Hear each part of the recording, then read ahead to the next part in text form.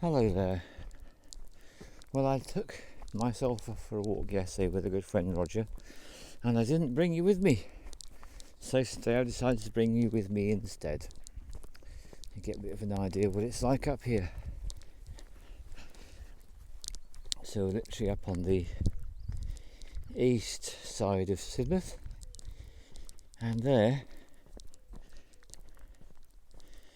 is what it's like when there's no clouds and no rain. So it does happen in England every now and again. We get weather like this, and I guess that's the thing about England. If you're a person that's never been and wondering what it's like, what defines England is when the weather is nice, or as in the case for today, absolutely amazing, there is this sense of right, get out, go out, be in it, because you don't know how long it'll last for. About as opposite to California as you can possibly imagine, where I'm sure with those bright sunny days all the time it's like the same old, why bother? But in this part of the world there really is that sense of the weather's good, so come on. It literally pulls you out of wherever it is you are inside, if you've got the ability and the freedom to do this.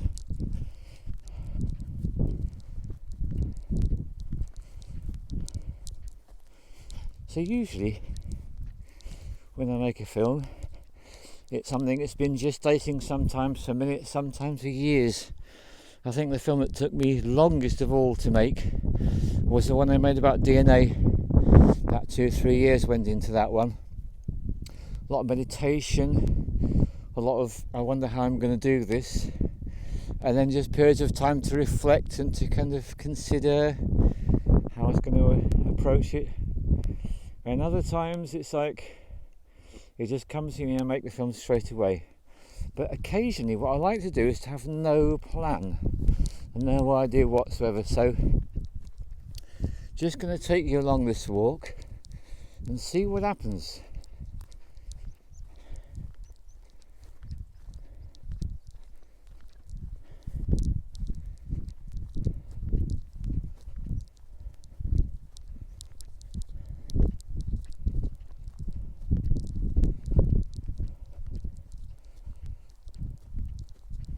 I don't know what it's like where you live, but I tend to find that if you live in anything like a permanent structure, like a house or a flat, they tend to have this capability of kind of taking you over a bit. I feel a bit taken over by living in such places.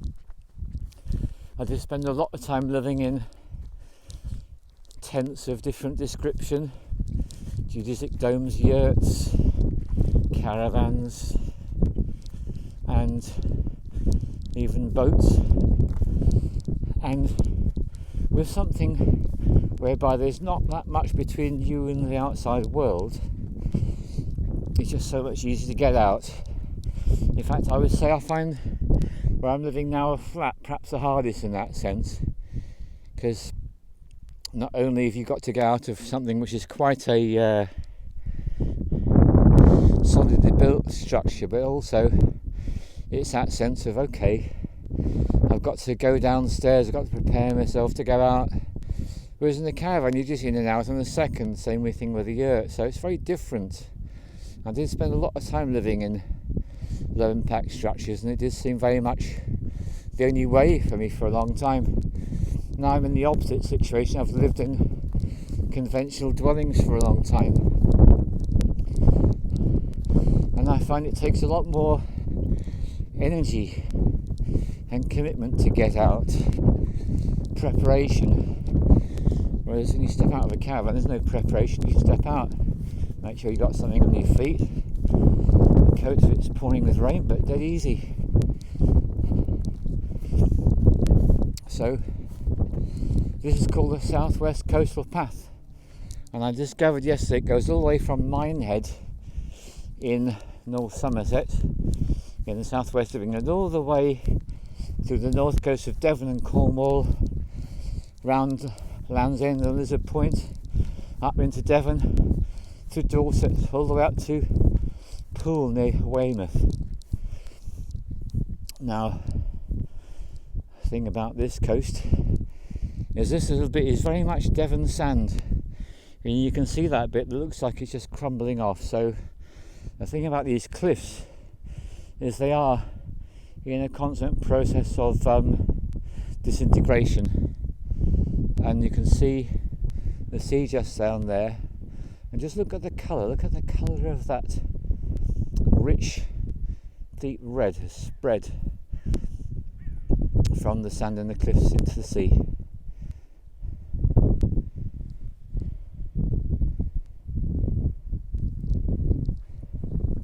So I won't go any closer to the edge than that, that'll do me.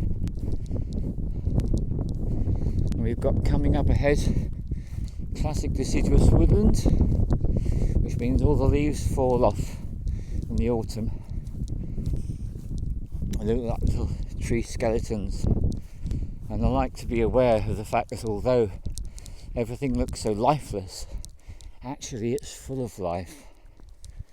It's a funny thing to realise that 1 cubic millimetre of soil any time of year is full of so many microscopic organisms. We talk about millions and millions, all different kinds of bacteria, fungi, viruses, nematodes, all sorts of creatures.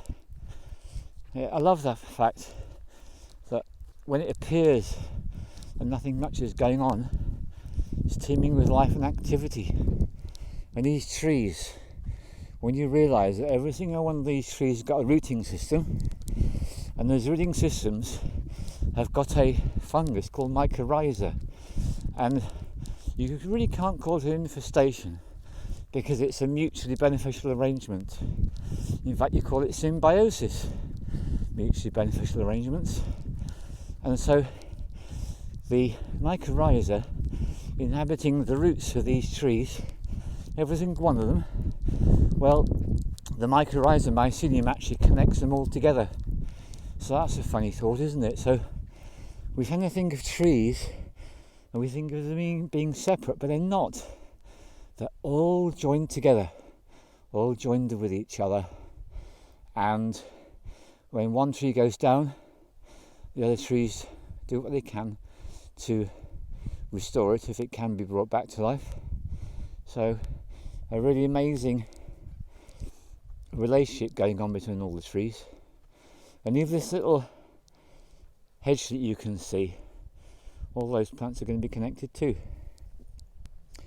So I'm going to leave you with this view of the bay.